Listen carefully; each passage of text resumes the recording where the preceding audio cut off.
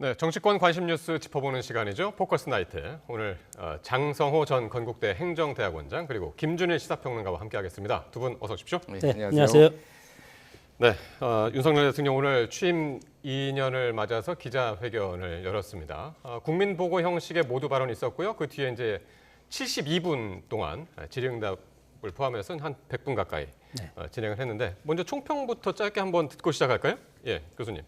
국민 모두가 기대를 한 그런 순간이 21개월 만에 했으니까 그렇죠. 상당히 긴 시간 동안 언론의 기자들 앞에 나타나지 않았기 때문에 그만큼 기대가 컸던 것 같습니다. 대통령 입장에서는 헌법을 수호하고 그리고 법과 원칙에 따라서 직무를 수행해야 되는 그런 기본적인 가치가 있지 않습니까? 그렇기 때문에 대통령으로서 할 말은 많지만 그럼에도 불구하고 마음껏 민주당처럼 야당처럼 그렇게 할 수가 없는 것이 한계고, 그래서 오늘 이 기자회견을 보면은 할 만큼 저는 했다고 봅니다. 거대 야당의 협공 속에서도 다양한 공격이 지금 총선 이후에 있지 않았습니까? 총선 그 전부터. 그럼에도 불구하고 정치를 복원하라, 그리고 소통하자, 그리고 첫수로에 배부르지 않는다. 이런 뜻으로 보면은 저는 선방한 그런 선방했다. 기자회견이라고 먼저 점수를 제가 한번 매겨볼까요? 점수로는 한 몇 점 정도 주시겠습니까? 더 이상 예를 들어서 특검을 내가 받겠다 그렇게 할 수 있겠습니까? 대통령 입장에서 네. 이것은 공수처가 있고 그리고 또 검찰이 있기 때문에 이 절차적 민주주의를 거친 다음에 그 다음에 하는 것이 특검이기 때문에 저는 대통령으로서는 할 말은 최선을 다했다, 사과도 했고 네. 그렇기 때문에 A0 정도는 A0. 그럼 90점인가요? 예, 그래야만이 우리 김준일 평론가랑 대처점했을 것 같아서 예, 그렇게 김준일 하겠습니다. 평론가님. 그러니까 이 기자회견 하기 전에 언론에서 칼럼들이나 이런 것들이 나왔는데 좀 재밌게 읽었던 게 예를 들면 한겨레 권태호 기자가 쓴 거라든지 예상 질문과 답변 이런 것들 썼거든요. 네. 기회 되시면 시청자분들도 한번 읽어보시면 좋을 텐데 그냥 똑같아요. 대통령이 말씀하신 거하고 예상 질문과 답변, 그리고 중앙일보 정치부장이 쓴 칼럼도 있습니다. 이를테면 해병대원 특검과 관련해서 어떻게 얘기할 것이다, 공수처 수사를 지켜보자 일단 이렇게 얘기할 것이다. 네. 그걸 벗어나라고 쓴 칼럼이거든요. 그렇게 예. 하면은 아무 소득 없다, 예상을 벗어나야 된다라는 거를 썼는데 예상에서 한치도 벗어나지 않았습니다. 전혀 달라지지 않았다. 그리고 특히 이제 국정 어떤 기조가 지금 그대로 가겠다라는 거잖아요. 지금 오늘 이제 뒤에 좀 설명하겠지만은, 그러니까 이번 총선 결과가 한 10석, 한 20석 졌으면은 그런 해석의 여지도 있지만은 192대 108인데 이거를 국정 기조를 그대로 가겠다? 안 바뀌겠다라는 거잖아요. 그러니까. 그래서 점수는요? 점수는 저는 24점 드리겠습니다. 예? 왜 24점? 예, 24점이요. 왜 24점이냐면요. 2주 전에 그 한국갤럽 4월 23일에서 25일 조사를 한 전국 18세 이상 1,001명 대상으로 국정 수행 지지율이 긍정이 24%였거든요. 부정이 65%였고. 네. 제가 이제 궁금한 거는 이게 오를 것이냐. 그러니까 결국은 기자회견을 하는 이유는 2년이 됐으니까 하는 거지만은 지금 이 바닥을 치고 있는 국정 수행 지지율이 올라야 되는 거잖아요. 아마 한 1%포인트 정도는 오를 수 있을 것 같은데 아마 큰 차이가 없을 것이다. 그래서 저는 24점 드리겠습니다. 예, 여론조사를 또 구체적으로 수치를 말씀하셔가지고 저희 YTN 홈페이지에서 구체적인 수치는 한번 더 확인을 해 주셔야겠고요, 시청자 여러분들.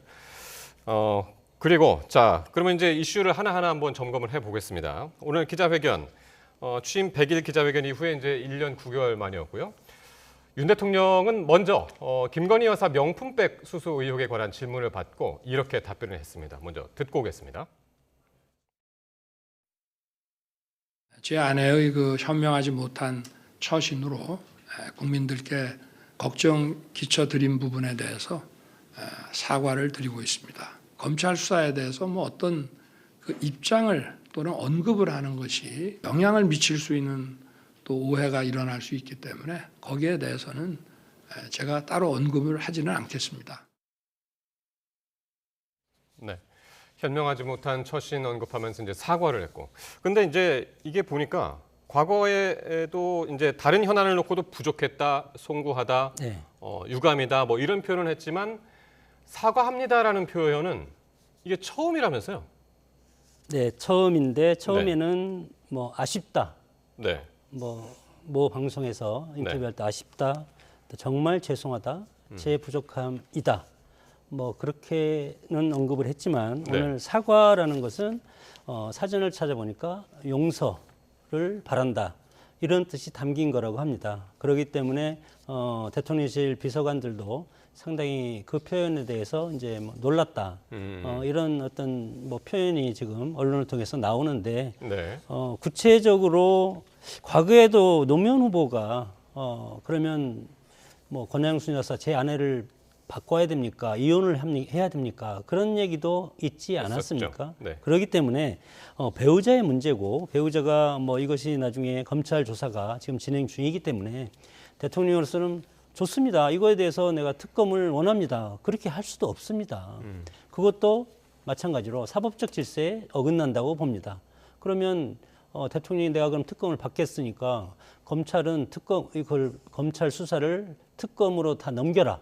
그런 취지밖에 되지 않습니까? 그렇기 때문에 대통령으로서는 할 수 있는 최고의 네. 표현, 사과라는 표현을 더 이상 할 수 있는 게 저는 없다고 보고 민주당도 마찬가지로 여기에서 뭐 이것이 특검 거부다 이렇게 하는데 저는 이제 민주당이 지금 뭐 박찬대 원내대표가 출범하면서부터 네. 무조건 특검으로 가겠다는 것 아닙니까? 개원하면 뭐 지난번 거부권 행사한 걸 다 특검으로 하겠다. 민주당이 얘기하는 것은 제가 보기에는 내각제로 간다는 겁니다. 내각제 같으면 수상이 지금 바뀌어 있지 않겠습니까? 그러면 민주당 마음대로 할 수가 있습니다. 그러나 지금 우리는 대통령제고 대통령 국정 기조로도 바꿀 수 없는 것이 지난 2년 전에 대통령 선거를 통해서 윤석열 대통령이 국민들을 뽑았고 네. 그 국정 기조를 인정을 해서 앞으로 5년 동안 한번 가봐라.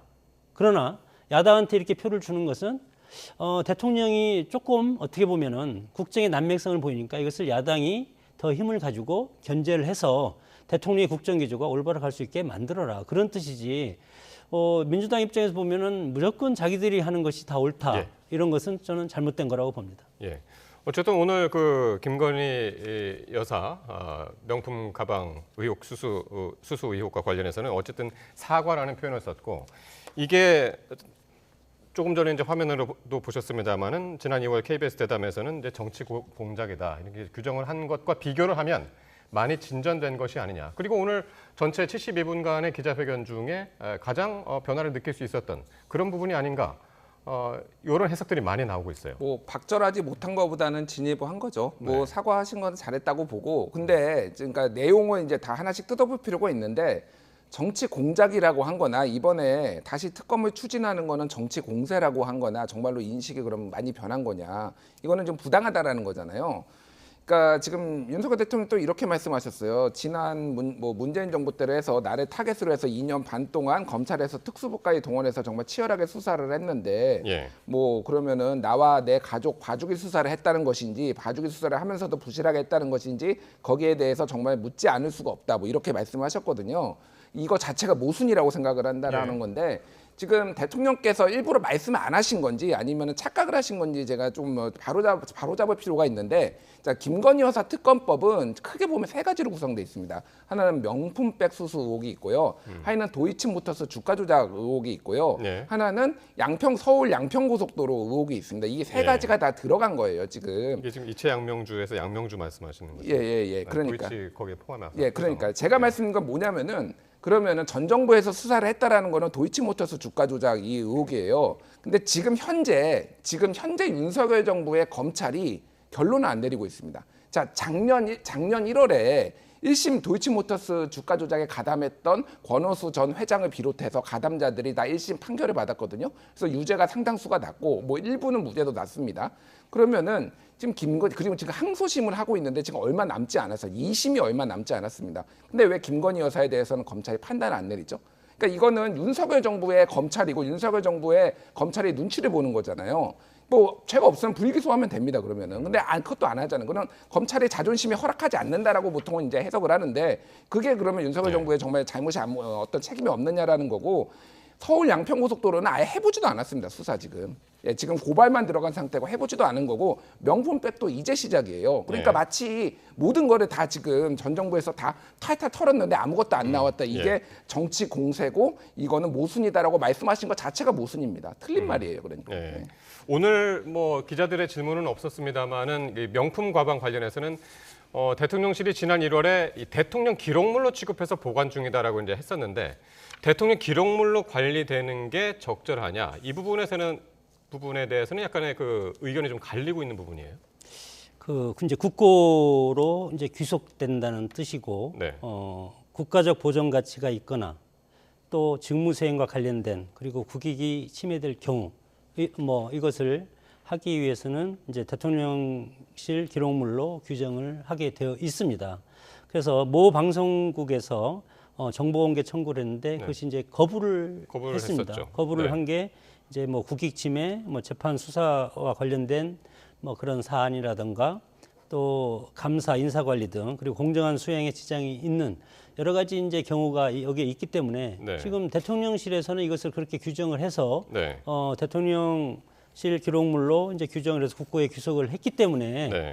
이거에 대해서 그러면 이것을 다시 해제를 할 수가 있을까? 네. 그것은 저는 법적인 문제가 된다고 생각이 들고 그거에 대해서는 앞으로 더 따져봐야 된다고 봅니다. 자, 예, 알겠습니다. 어쨌든 오늘 현명하지 못한 처신에 대해서는 이제 사과를 한 윤 대통령이 야당이 요구하는 김 여사 의혹 관련한 이제 특검에 대해서는 반대한다는 뜻을 이제 재확인했는데요. 직접 듣고 관련 얘기 또 이어가겠습니다.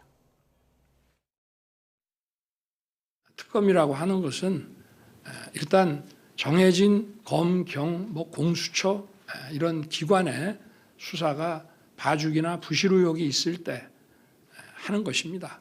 도이친이 하는 이런 그 사건에 대한 특검 문제도 지난 정부 한 2년 반 정도 사실상은 저를 타겟으로 해서 검찰에서 특수부까지 동원해서 정말 치열하게 수사를 했습니다. 할 만큼 해놓고 또 하자는 것은 그야말로 특검의 어떤 본질이나 제도 취지와는 맞지 않는 그거는 어떤 면에서는 그냥 정치 공세, 정치 행위 아니냐.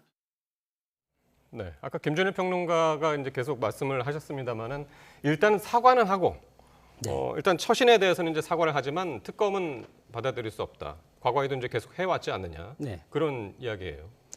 대통령 입장에서는 법과 질서대로 원칙대로 하겠다는 겁니다. 그 이상의 답이 있을 수 있겠습니까? 그러면 나 이거 다 인정하고 대통령으로서 특검을 받겠다. 그렇게 저는 해서도 안 된다고 봅니다. 예. 법과 질서가 있지 않습니까? 그렇기 예. 때문에 공수처면 공수처 아니면 검찰은 검찰.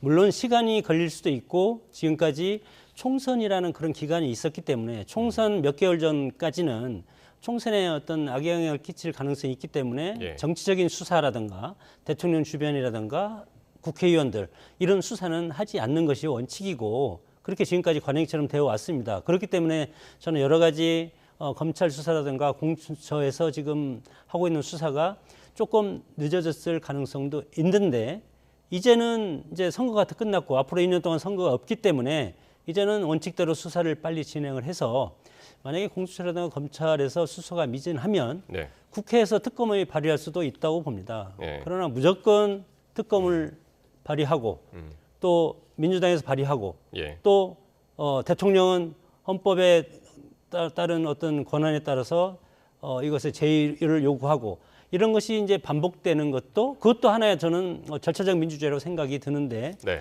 그런 상황이 계속 반복될 가능성이 상당히 크고 이것이 이제 선거가 끝났고 네. 정치 공세로 계속 진행된다면 결국은 민주당도 여기에 자유롭지 못할 가능성이 크다고 보고 특검을 너무 남용하지 말고 여야가 지난번 이태원 참사 특별법처럼 여야가 좀 합의를 좀 해서 조금 양보하면 되지 않겠습니까?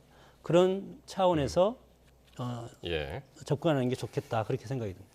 자, 이렇게 이제 김건희 여사 특별법 특검과 더불어서 예상 질문 중에 하나가 바로 이제 최상병 특검법이었는데 여기에 대해서 이제 어떤 입장을 낼지가 최대 관심사 중 이제 하나였는데요. 윤 대통령은 일단 지켜봐야 한다라는 입장을 냈습니다. 발언 듣고 오겠습니다. 모든 절차가 마무리되면 또 국민 여러분께 수사 당국에서 아마 상세하게 수사 경과와 또 결과를 잘 설명을 할 것인데, 그걸 보고 만약에 국민들께서 이거는 봐주기 의혹이 있다, 납득이 안 된다라고 하시면은 그때는 제가 특검하자고 먼저 주장을 하겠습니다. 예. 요 이야기를 두고 진행 중인 수사를 결과를 보고 만약 결과가 납득이 안 되면 본인이 직접 특검을 요청하겠다라고 해서, 이게 김건희 여사 관련 특검 관련하고는 약간 좀 결이 다르다, 이거는 요 발언은. 그래서 이게 사실상 거부권 행사냐 아니면은 조건부 수용이냐, 요렇게 또 의견이 또 갈립니다. 예, 어떻게 들으셨습니까? 공수처 수사 아직 안 끝났으니까 지금 올라온 특검법은 거부하겠다라는 걸로 저는 해석을 했는데, 대부분 그게 그렇게 해석하는 게 좀 중론인 것 같아요. 그러니까 지금 만약에 그러면 당장 올라온, 그러니까 언제가 될지 모르겠지만 한 5월 29일쯤에 이제 뭐 재의결도 해야 되는데, 지금 보름 안에 지금 하셔야 되죠. 거부권 행사할지 말지, 제2요구권 행사할지 말지 결정하셔야 되잖아요. 여기에서 그러면 이거 받겠습니다 할까요? 지금 상황에서 저는 이 뉘앙스에서는 전혀 그게 느껴지지 않는다고 보고, 그러니까 이게 정확하게 그 예상 답변이에요. 그러니까 지금 넘어온 그 국회에서 통과해서 넘어온 것 관련해서는 거부권을 행사하겠다고 의지를 밝힌 것이다. 그렇게 봐야죠. 왜냐하면은 공수처 수사 결과를 지켜보고 뭔가 판단을 본인이 하시겠다라는 거잖아요. 지금 공수처가 수사가 진행 중이잖아요. 뭐 이시원 공직기강 비서관도 아직 안 불렀잖아요. 그러니까 그러니까 다 부르고 다 보고 내가 판단을 하겠다라는 건데, 그러니까 저는 이게 예상 답변이었습니다. 그러니까 이를테면은 김건희 여사도 검찰 수사 보고하자, 뭐 해병대원 수사도 공수처 수사 보고하자, 이렇게 모든 언론이 예상을 했고 그대로 이제 답변을 하신 거예요. 그러니까 야당에서 무슨 주장을 하냐면은 이제 두 가지입니다. 왜 지금 그런 공수처 수사를 끝까지 안 보고 왜 지금 특검을 해야 되느냐? 첫 번째는 공수처는 어쨌든 수사를 한 다음에 이거를 검찰에 넘기면 검찰이 기소를 하게 돼 있어요. 기본적으로 구조가 그렇게 돼 있습니다. 예. 그러면은 지금 아까 전에 제가 앞단에서 말씀드렸듯이 김건희 여사 도이치모터스 주가 조작 사건도 1심 판결이 나고 2심까지 나왔는데도 이거를 지금 김건희 여사 기소 여부를 무죄다 아니다, 뭐 기소한다 안 한다를 결정을 안 하는데, 그럼 검찰이 붙들고 있으면 어떡합니까? 남은 3년 동안. 검찰은 충분히 그럴 수 있는 조직이라고 지금 그래 왔고, 그럴 수 있는 조직이라고 야당이 판단을 하니, 그래서 수사권과 기소권까지 있는 특검이 해야 된다라는 논리고, 또 하나는 지금 증거인멸 우려가 굉장히 크다라는 거예요, 지금. 그래서 여러 가지 증거인멸 정황들이 있기 때문에 빨리 신속히 수사를 해야 된다라는 겁니다. 그리고 여론조사를 보면은 제가 뭐 구체적인 수치는 말씀 안 드리겠지만 65에서 뭐 70 사이로 대충 이제 나옵니다, 이게. 그러니까 최상병 특검에 대해서 이제 찬성하는 여론이. 이게 무슨 얘기냐면은 이런 정치적인 사안은 대체적으로 대통령 쪽에 긍정적인 게 한 20은 나와요, 그냥 기본적으로. 그렇다고 본다면 이거는 거의 모든 국민이 다 해야 된다라고 얘기를 하는 거예요. 그런데 지금 못하겠다고 하시는 거잖아요. 그러니까 이거는 전혀 변화가 없고 국민 뜻에 반하는 거다라고 이제 해석을 할 수밖에 없는 거죠. 네. 앞서서 조금 전에 우리 토론 시작하면서 24점을 매기겠다. 오늘 토론 관련해 오늘 기자회견 관련해서. 그래서 아까 여론조사 관련해서 말씀을 하셨기 때문에 고지를 좀 정확히 드려야 될 것 같아서요. 지난 23일부터 지난달 23일이죠. 그리고 25일까지 전국 만 18세 이상 1,001명을 대상으로 전화 인터뷰를 통해서 진행된 여론조사고요. 질문지 등 자세한 사항은 중앙선거 여론조사 심의위원회 홈페이지를 참조하시면 되겠습니다. 제가 다 말씀드렸는데 근데. 네. 예. 근데 이거 이게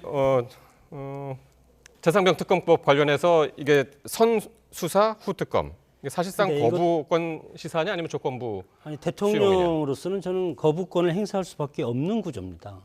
왜냐하면 민주당이 만든 공수처고, 공수처의 고발을 민주당이 했고, 그리고 공수처의 고발을 최성방 특검 7월 19일 날 밤 11시에 발생한 최상병 사망 사건에 대한 공수처 고발을 하고, 그 바로 이틀 뒤에 박주민 의원이 대표 발의를 특검을 했습니다. 이틀밖에 안 됐습니다. 그리고 대통령께서는 진상을 규명하고 책임자 처벌하면 반드시 특검 무엇인지 할 수 있지 않겠습니까? 다만 고발자가 검사를 추천하게 돼 있습니다. 이 원안을 보면 예. 특검의 검사를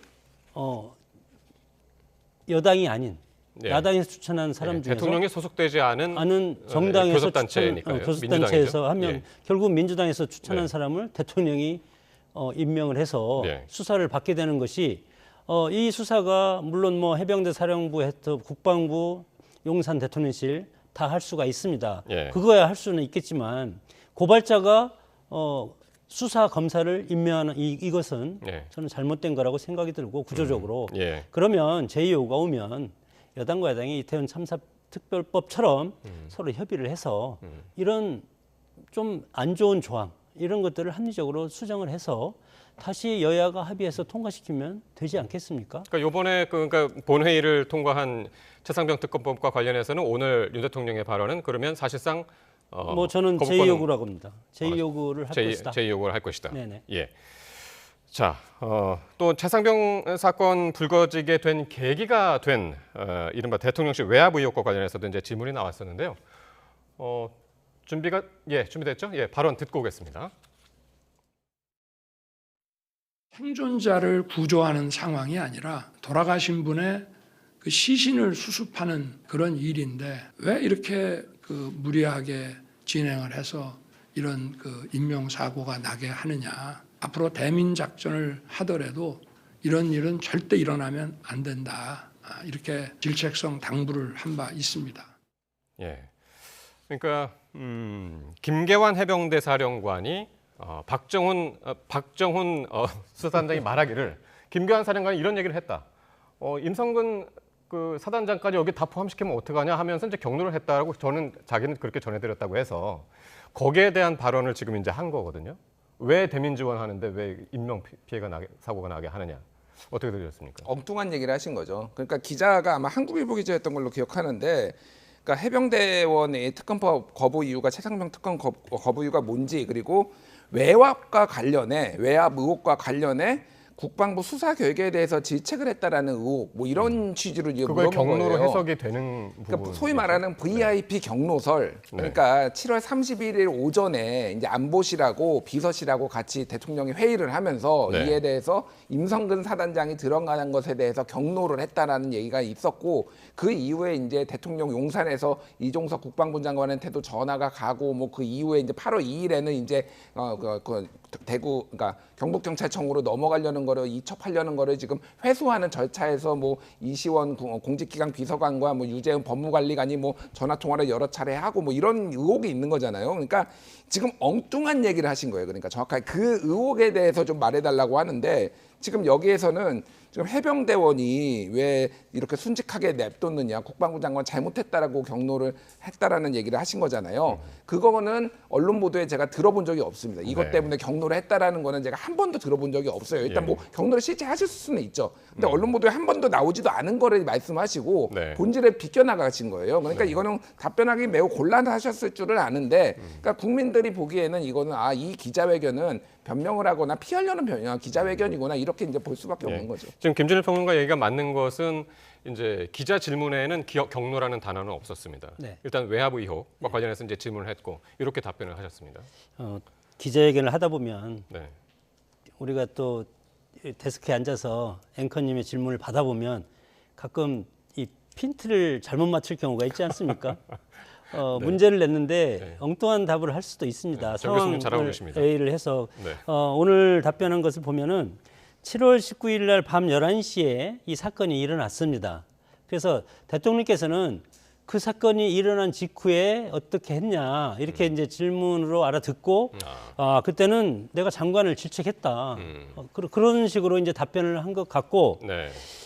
기자가 질문한 것은 7월 31일 수사 결과 보고를 했을 때 그때 언론에서 나온 소위 말해서 뭐 네. 대통령의 경로 이런 것이 있었냐. 그게 핵심 이슈였고 여러 우리가 전문가들과 이야기할 때도 그 부분을 많이 거론을 했었죠. 있었냐 했는데 대통령께서는 그거에 대한 기억이 전혀 없었던가, 아니면 7월 19일 밤 11시에 장관을 질책했던 그것이 생각났던가, 네. 그 두 개 중에 하나가 아닐까 저는 생각이 듭니다. 예. 자, 오늘 또 이제 의정 갈등이 계속되고 있는 가운데 이 부분에 대해서도 언급이 있었죠. 그리고 의료계에도 이제 관심 있게 지켜봤을 텐데 윤 대통령이 의료 개혁에 대한 의지를 재차 밝혔습니다. 의료계가 통일안을 내놓지 못하는 점도 이제 지적을 했는데 결국에는 원칙론을 고수한 것이다. 이렇게 볼 수 있을까요? 그렇죠. 뭐 이제 2,000명을 이제 고수하겠다라는 걸로 읽혔는데 지금 뭐 의정 갈등과 관련해서 지금 뭐 이제 복지부나 이제 법원에서 나오는 얘기가 회의록 자체가 없다라는 거잖아요. 지금. 그러니까 저도 계속 이제 의사를 증언해야 된다라고 주장을 해왔고 방송에 나와서도 다만 그 폭이나 이거에 대해서는 전문가들이 좀 참여를 해야 되고 과학적으로 해야 된다. 그리고 약간 점진적으로 해야 된다라고 주장을 해왔던 사람으로서 굉장히 답답한 게 뭐냐면은 대통령께서 지난번에 51분 대국민 담화에서도 이게 굉장히 과학적으로 산출된 거라고 말씀하셨잖아요. 그 2,000명이 오히려 이것도 부족하다라고 얘기를 하셨잖아요. 근데 정부는 지금 회의록도 없고 왜 2,000명인지도 얘기를 지금 못 하고 있는 거잖아요. 지금 처음에 그것도 말이 바뀌었습니다. 뭐 회의록이 있네 없네 하다가 뭐 작성을 안 했네, 뭐 이게 그런 규정에 맞는 회의록은 없네, 뭐 이런 식으로 말이 바뀌었는데. 그래서 그 회의록 작성이 의무적인 회의였냐 아니냐 그 부분도 이제 지금 논란이 되고 있어요. 그러니까 중요한 거는 어쨌든 없다는 거예요. 그러니까 제대로 된 게 없이 그러면 도대체 2,000명이라는 숫자가 어떻게 나왔느냐. 이거 여기까지 지금 이 상황이 진행이 됐는데 여전히 원칙록을 의료계가 못 내놓는다? 아니 먼저 2,000명이란 거에 근거를 먼저 내놔야지 의료계도 내놓을 거 아닙니까? 그러니까 2,000명의 근거도 못 내놓고 지금 이렇게 원칙을 고수하겠다고 말씀하시면 이 문제를 지금 해결할 의지가 있는 것인지 외국에서 의사를 수입해 오면은 그럼 다 이결이 해결이 되는 것인지 이제 묻지 않을 수가 없는 거죠. 네. 교수님. 네. 네, 합리적으로 해야 되고 뭐 우리 평론가님 말씀하셨지만 의사 수가 적은 건 사실이지 않습니까? 그래서 정부 입장에서는 지난 정부에서도 이것을 손 못 댄 걸 사실은 총선 전에 가장 위험한 시기에 손을 댔다는 것은 그만큼 절체절명한 문제라고 문제 인식은 갖고 있고 이재명 대표의 여야 영수회담 할 때도 이거에 대해서 공감대를 형성을 했습니다. 다만 이것이 현장에서 지금 우리 사회가 다원 이익주의 사회이기 때문에 의사라는 직종도 하나의 이익 집단입니다. 군인도 이익 집단이고 여성도 이익 집단이고 그렇기 때문에 이익 집단의 의견을 충분히 지금까지 들어왔는데 그것이 합의가 안 되니까 국가를 운영하는 입장에서는 의사 수가 부족하니까 지금 심각하지 않습니까? 특정 분야에 몰려가지고 의사가 여러 가지 수급난이 상당히 이제 시급한데 이런 상황에서 그렇다고 이것을 의사 집단과 별개로 정부는 내 나름대로 해서 그냥 가겠다. 그런 것도 상당히 지금 어려운 것이 지금 이런 시대이기 때문에 여야정 합의체를 뭐 구성하는 것도 지금 있고 뭐 여러 가지 사회가 여러 가지 다원적으로 서로 협의해서 조정하는 그런 기능을 서로 해야 되지 않겠습니까? 그렇기 때문에 그런 것은 좀 아쉽다. 지금이라도 어차피 지금 의사 수는 늘려야 됩니다. 그런 원칙 하에서 이 수에 대해서는 이익 집단과 서로 협의를 좀 하는 그런 시간을 갖는 것이 좋겠다 그렇게 봅니다. 이재명 대표도 이 부분에 대해서는 이제 지지 의사를 밝혔고 윤 대통령도 그 점을 언급하면서 많은 도움이 되고 있다 그렇게 얘기해서 원칙론을 이제 고수하는 그 배경이 되기도 하는 것 같습니다. 자 그리고 오늘 그 모두 발언에서 이제 가장 눈에 띄는 부분 중에 하나가 저출생 대응 기획부 신설 언급이었는데 이게 신설을 하고 그 부처의 장관을 사회부총리를 맡기겠다 이렇게 이야기를 했어요. 굉장히 그 격이 높은 자리로 지금 위치가 하는 것 같습니다. 그러니까 이런 문제 인식에 대해서는 저도 동의를 하는데 이제 이 부처라는 거의 특수성을 이제 알고 뭐 기자분들도 이제 많이 해봤으니까 이게 딱 뭐냐면은 이런 겁니다. 부처의 힘은 얼마나 거기에 예산이 배정되는지가 제일 중요해요. 그러니까 딱 이제 이게 어느 정도 안정적으로 예산이 배정되면은 그 다음에 업무 영역도 나눠지고 거기에 얼마가 들어갈지. 근데 이제 저출생 이 문제 같은 경우에는 그러면은 여기에 어떤 업무를 배정을 할 것이며 예산을 어떻게 배정을 할 것인가. 이게 이제 가장 난맥이에요. 어려운 부분이에요. 예를 들면 이런 겁니다. 저출산 이 문제가 원인이 만약에 집값 문제라고 얘기를 하면은 국토부에서 가져와야 돼요. 뭐 예를 들면 집값의 대책을 가져오는 거는. 예를 들면은 이게 뭐 임금 격차, 정규직과 비정규직의 임금 격차 뭐 100에서 100대 70이라는 거를 해결을 하려면은 그게 원인의 하나로 짚히면은 노동부에서 가져와야 됩니다. 옛날에 뭐 복지 시스템 문제면 복지부에서 가져와야 돼요. 이거를 조금 구체적으로 말씀해 주셨으면 어땠을까? 그러면은 이게 예산이라는 게 딱 여기에 확정이 되지 않으면은 지금의 저출산 고령사회위원회하고 크게 차이가 없게 될 수도 그래서 있다. 이제 여러 부처가 걸쳐 있는 문제이기 때문에 이제 사회부총리급의 이제 자리로 이제 만들겠다라고 이제 그런 취지로 읽힙니다. 네. 사회부총리뿐만 아니고 네. 국가가 총력적으로 대응하지 않으면 앞으로 인구 절벽, 과거에는 인구가 너무 많아서 먹을 게 없어서 산화 제한까지 하지 않았습니까? 그러나 지금은 오늘날 이 사태를 과거에 산화 제한, 둘만 낳아 잘 기르자, 하나만 낳아 잘 기르자, 한 집권 하나만 낳자, 그런 운동을 할 때 그때 우리가 이것을 미처 깨닫지 못한 것이 네. 사실은 지금 생각해 보면 이제 한인데 인구가 없으면 일단은 지역이 무너지고 지역이 무너지면 국가가 위태롭지 않습니까? 일단은 그리고 군만 하더라도 군에 지금 병력이 없어서 사단이 없어지고 있습니다. 이런 것도 심각하고 그렇기 때문에 과학 전쟁이라고 해서 드론 같은 거 이런 걸로 전자전을 앞으로 치러야 될 수도 있고 이렇게 될 때 우리 사회 전체가 투입과 산출이 안 된다.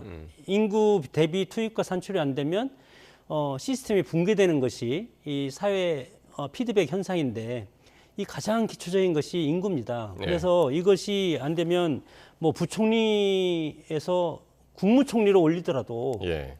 사실은 이거 담당한 특별 네. 어떤 직책을 장관급 이상으로 해서 네.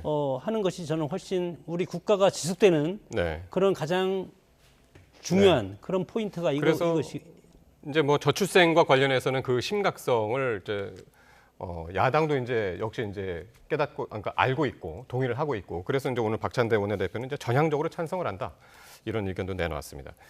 자 오늘 그리고 질의응답에서 한동훈 전 비대위원장과의 이제 관계에 대한 질문도 나왔었는데 이례적으로 2번씩이나 나왔습니다. 앞뒤로 추가 질문 한 때 한 번 더 나오고 어떻게 들으셨습니까? 이 부분은?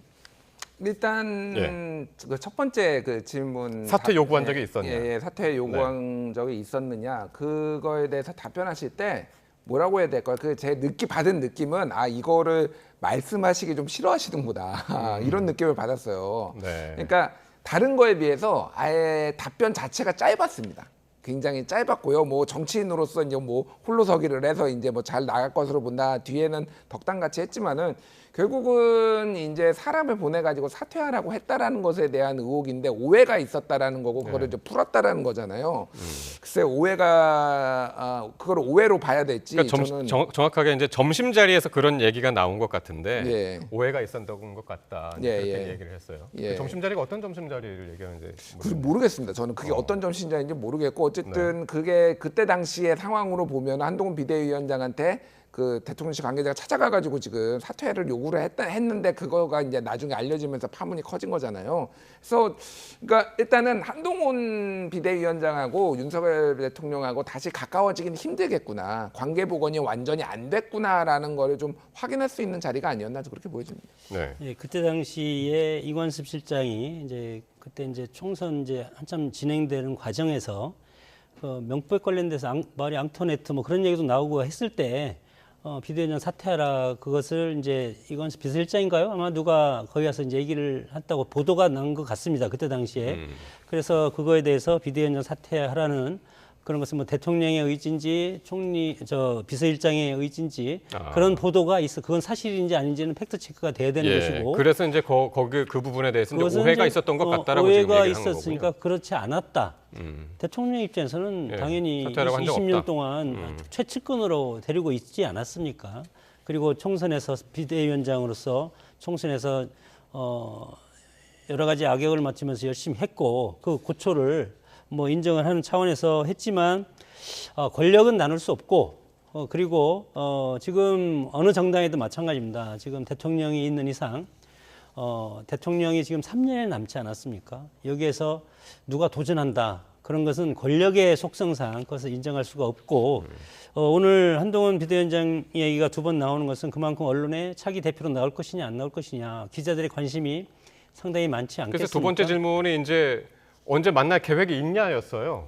예. 오찬이 불발됐는데 따로 연락을 했냐, 다시 네. 만날 계획이 있느냐, 이거를 이제 네. TV조선 기자가 마지막 질문이요, 추가 질문의 마지막 질문이었을 겁니다. 그래서 뭐 언제든지 만날 것이다, 뭐 이렇게 얘기를 했는데 뭐 모르겠습니다. 제가 뭐 관심법을 좀 써보면은 만나고 싶지는 않아 보였어요. 제 느낌상으로는 딱히. 네. 그런데 어쨌든 뭐 의례적으로 뭐 이준석 대표도 만나겠다 뭐 이렇게 또 말씀하셨잖아요. 그러니까 뭐 당연히 누구든지 만나겠다라고 말씀하시는 게 정답 같으니까 말씀하셨는데 전체적인 느낌은 어쨌든 이게 관계가 복원되기는 좀 어렵겠다. 지금 현재 상황으로 보면은 뭐 저는 예. 그런 느낌을 받았습니다. 지난번 그 오찬 참석을 한동안 뭐 몸이 아파서 거절하지 않았습니까? 이것은 참을 수 없을 겁니다. 대통령 입장에서는. 그럼에도 불구하고 언론에 나와서 내가 기분 나쁘다. 한동훈 비대위원장한테 그렇게 얘기할 수가 없고 어떻게 보면 한동훈 비대위원장은 선택이 윤석열 대통령과 대척점에서 정말 정치를 한번 해볼 것인가 아니면 당분간 정치 공부를 하러 해외로 갈 것인가 아니면 국내에서 좀 더 내공을 쌓을 것인가 그 선택이지 앞으로 윤석열 대통령과의 화합적인 모습 저는 보기가 앞으로는 어렵지 않을까 어렵지 그렇게 않을까. 생각이 듭니다. 예. 어쨌든 대통령도 이제 본인한테 부담 주지 않겠다. 기다리는 것이 맞지 않나. 이제 그렇게 이야기를 해서 일단 공은 이제 한동훈 전 비대위원장한테 이제 넘어간 것 같고요. 자, 여야도 이제 오늘 기자회견에 대한 엇갈린 반응을 나눴는데요. 원내대표 여야 원내대표 발언 듣고 오겠습니다. 저는 상당히 긍정적이고 이렇게 격의 없이 바로 질문을 들을 때 하면서 저 질문에 과연 답이 어디까지 나올까 궁금도 했는데 많이 진전된 소통을 하셨다 이렇게 생각을 합니다. 국민의 삶을 돌볼 마음도 국민의 생명을 지킬 의지도 없다는 사실이 재차 확인되었습니다. 이런저런 토달지 말고 최혜병 특검법을 전면 수용하십시오.